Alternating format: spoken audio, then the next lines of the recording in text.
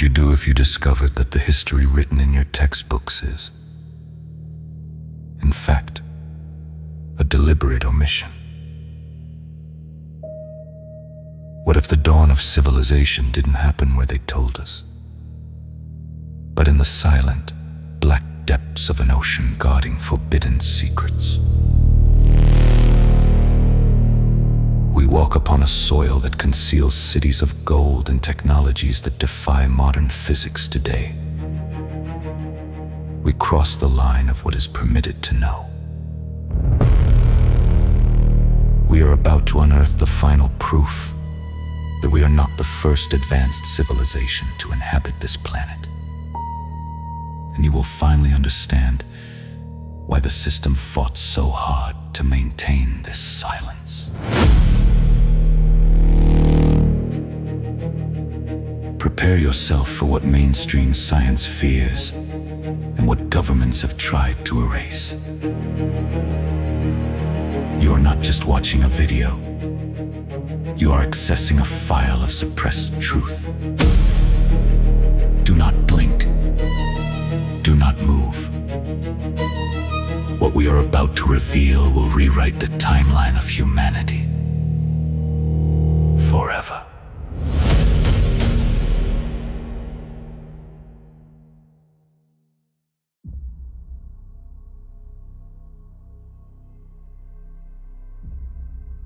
Something is hidden in the depths of the ocean that has made even the world's greatest scientists tremble. A city, buried underwater for thousands of years, mentioned in the Mahabharata, built by Lord Krishna himself, and swallowed by the sea in a single night. This is no mere legend. This is not a fictional tale from the Puranas. Approximately 70 to 90 feet below the coast of Gujarat, in the dark depths of the sea, scientists have discovered structures that scream of the existence of a lost human civilization. But what did the Indian government do after this discovery? Why was the excavation of this site not pushed further? And what power wants to keep this truth veiled from the world's eyes? Today, what you are about to learn is not written in history books, because some truths are so explosive that those in power never want to acknowledge them. In the state of Gujarat, India, on the shores of the Arabian Sea, lies a small city, Dwarka. Today, it is a place of pilgrimage where millions of devotees come every year to seek the blessings of Lord Krishna. But beneath this sacred land, in the black depths of the ocean, lies a story that challenges our entire understanding of human civilization.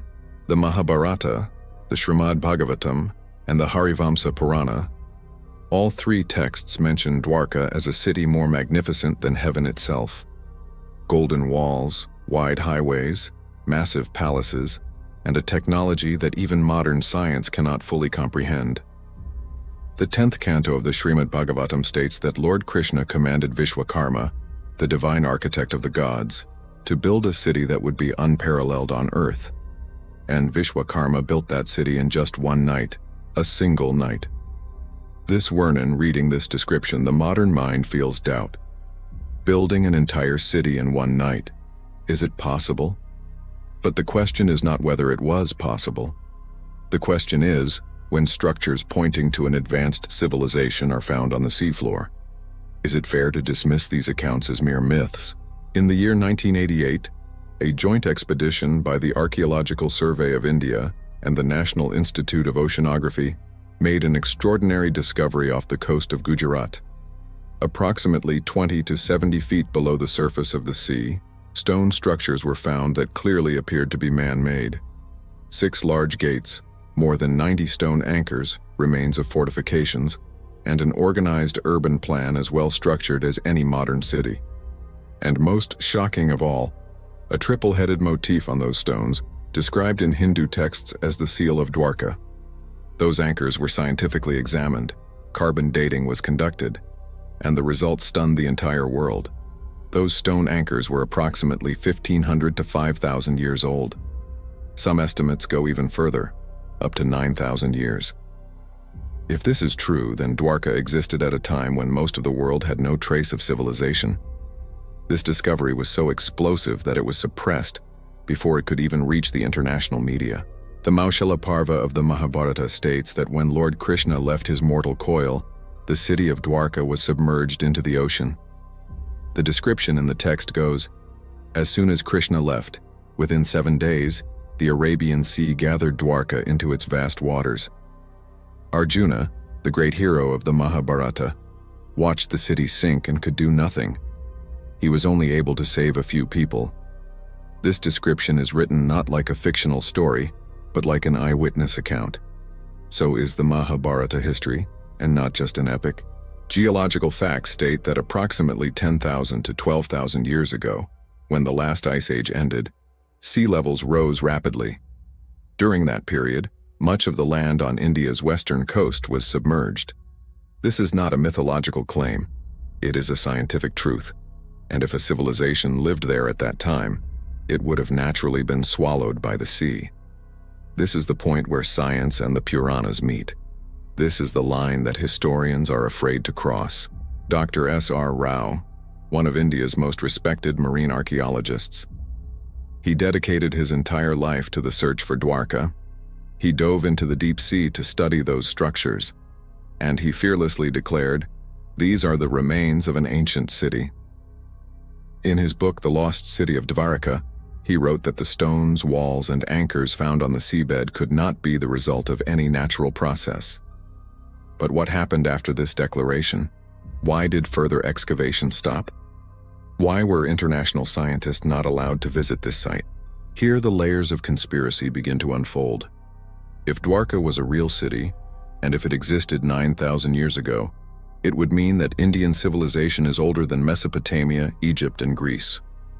This would demolish the entire edifice of Western history that has been built for centuries. And perhaps that is why this discovery did not receive the platform on the international stage it deserved. Perhaps that is why governments and international institutions do not come forward to provide funding and resources for research on this subject. The Indus Valley Civilization has so far been considered India's oldest known civilization, at approximately 5,000 years old. But if Dwarka existed 9,000 years ago, 4,000 years before the Indus Valley, an advanced urban civilization was flourishing in India. This theory demands a complete rewriting of history textbooks. And this is the truth that makes the established powers tremble. The Dwarka seen today is but a shadow of that ancient city.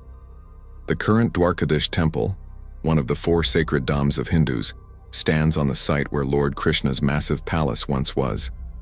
Archaeologists have found remains of ancient structures even beneath this temple. History is buried in layers. But between religious sentiments and political sensitivities, no one shows the courage to dig up that history. It is essential to understand the sheer scale of what was discovered underwater. It wasn't just a few stones. An entire urban plan was found. Wide streets running north to south, highways going east to west, a drainage system, and foundations of buildings of various sizes. This layout is in no way inferior to the plan of any modern urban designer. And then came the year 2001. In the Gulf of Khambhat, the Gulf of Cambay, in Gujarat, something unimaginable was discovered during an Indian Navy mission on the seabed. Sonar scanning revealed a massive city, approximately 9 kilometers long and 2 kilometers wide. Remains of buildings, paths, a vast riverbank, everything on the seafloor, 5 to 6 meters deep. And the result given by carbon dating was approximately 9,500 years ago. 9,500 years ago. At that time, the Mesopotamian civilization had not even emerged. Forget the pyramids of Egypt. At that time, there was no agriculture in Egypt. And here, on the western coast of India, a systematic, planned city existed. This was the discovery that would overturn all historical beliefs. And that was the reason it was forgotten as quickly as possible. The objects recovered from the sea during that expedition were even more startling. Pieces of wood, remains of pottery, and most importantly, human teeth. Carbon dating of those teeth confirmed 9,300 years ago. Someone lived in that place. A civilization was alive there, and all of it was hidden by the sea within itself. Now the question arises. The description of Dwarka is linked to Lord Krishna's lifetime, and the period of the Mahabharata war traditionally considered to be about 5,000 years ago, is connected to this. But the civilization found in the Gulf of Cambay is 9,000 years old. So is the timeline of the Mahabharata wrong? Or was Dwarka built and submerged more than once? Or, and this is the most shocking possibility, is Indian civilization as ancient as our texts say, and as Western historians refuse to accept? The hesitation shown by Western archaeologists in accepting these discoveries is a mystery in itself. Some said, the sonar images are unclear. Others said, these could be natural formations. But those who went there themselves, who dove into the deep water and touched those stones with their hands, declared with one voice that they are man-made. So what is the truth? Those who saw it with their own eyes, or those who sit in offices and deny it? If you want to understand India's hidden mysteries more deeply, then our special book is for you. Forbidden Secrets of India, Lost Technology of the Gods. This is the book that uncovers the truths deliberately removed from history books. The suppressed technology of ancient India, the lost knowledge of the gods, and the truth that has been hidden for centuries. All in one place. Check the link in the description of this video and gain this knowledge today. Let's return to the question that remains unanswered even today. From 1988 until now, more than 3 decades have passed. During this time, the excavation of Dwarka has remained largely at a standstill. Why? On one hand, religious sensitivity. Dwarka is a sacred pilgrimage site for Hindus. Scientific excavation here triggers emotional opposition. On the other hand, perhaps there is something else. Perhaps those who know want to keep it suppressed intentionally. Dwarka is not a lone discovery. Around the world, there are many such places that indicate human civilization is much older than what we have been told. The stone structures of Yonaguni off the coast of Japan, sunken metropolises in the Mediterranean Sea, and the remains in the depths of the Atlantic Ocean that are still veiled. Is all this a coincidence? Or are they evidence of a civilization lost in the flood at the end of the Ice Age, whose memory survived only in Puranas and myths? If you are still with us, and we know you are, then write in the comments below, Dwarka. This one word will tell us that you are with us in this search for truth, and it will inspire us to keep bringing more such mysteries to you. The story of the Great Flood in Hinduism, the story of Manu, is described in both the Shatapatha Brahmana and the Mahabharata. Manu was warned by a fish. A great deluge is coming. Build a boat and save the living beings. This story is thousands of years older than the story of Noah's Ark in the Bible. And if this is not just a metaphor but a memory of a real event, then that event was the massive sea level rise after the Ice Age. The same sea level rise that swallowed Dwarka. But the mystery of Dwarka is not limited only to its sinking. In the Mahabharata, Dwarka is described as a city where Vimanas, flying machines, operated, where there were energy sources still unknown to modern science. The Sudarshana Chakra, the divine weapon of Lord Krishna, was it actually a supernatural energy-based weapon? And the technology to build that weapon, was it lost forever along with Dwarka? Some researchers who have the courage to think beyond the mainstream put forward another possibility. They say, Vishwakarma, who built Dwarka in a single night, was not just a divine artisan. He was the bearer of advanced knowledge obtained from the Devlock, that is, from a highly developed source. And glimpses of that knowledge are still scattered in our texts, in the Vaimanika Shastra, in the Artha Shastra, and in thousands of technical details that modern scholars have not yet been able to fully understand. In recent years, especially after 2010, some independent researchers and photographers have launched missions to the coast of Dwarka again. They captured those underwater structures on camera. They documented the layers of those stones, and they found that the sea is still guarding that city, as if deepening a secret.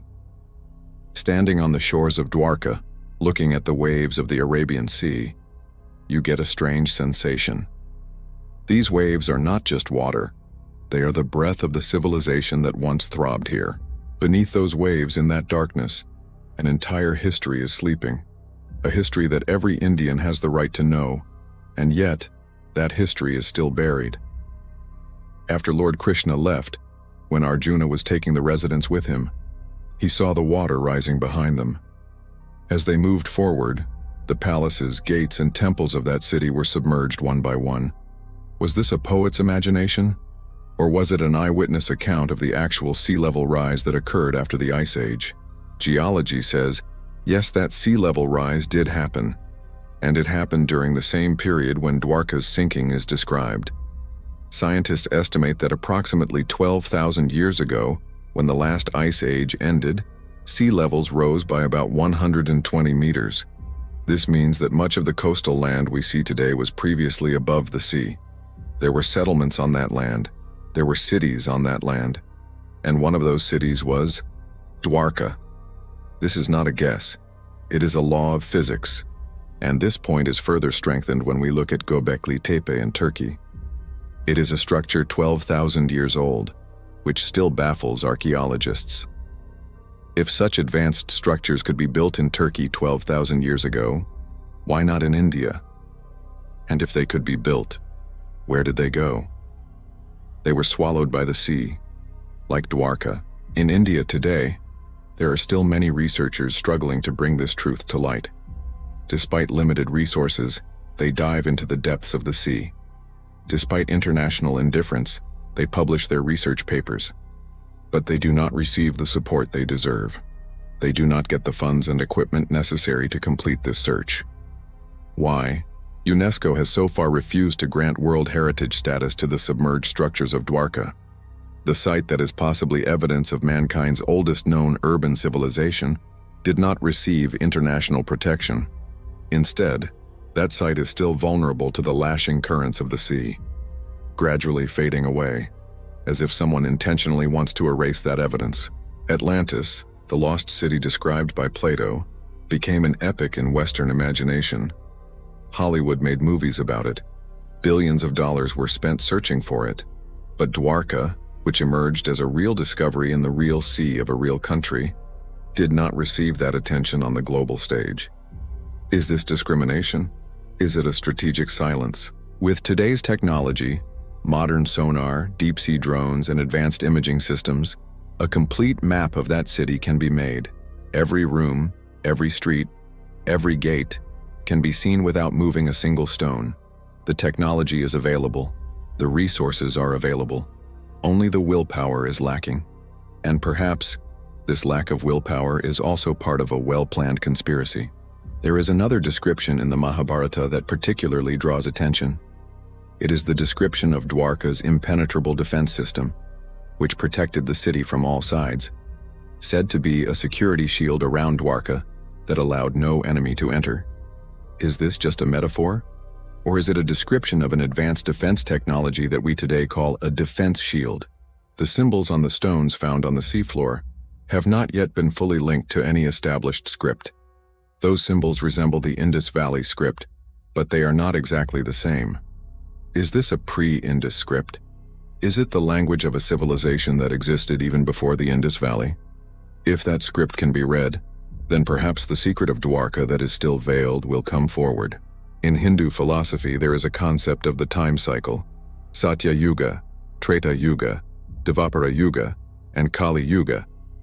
Dwarka's fall occurred at the junction of Dvapara and Kali Yuga, so it is believed. And if we determine that period based on astronomical calculations, as some astronomers have done, then that period comes to about 5,000 years ago. But the evidence found in the depths of the sea is even older. So does the calculation of the time cycle take us further back, to the time when gods and humans lived together.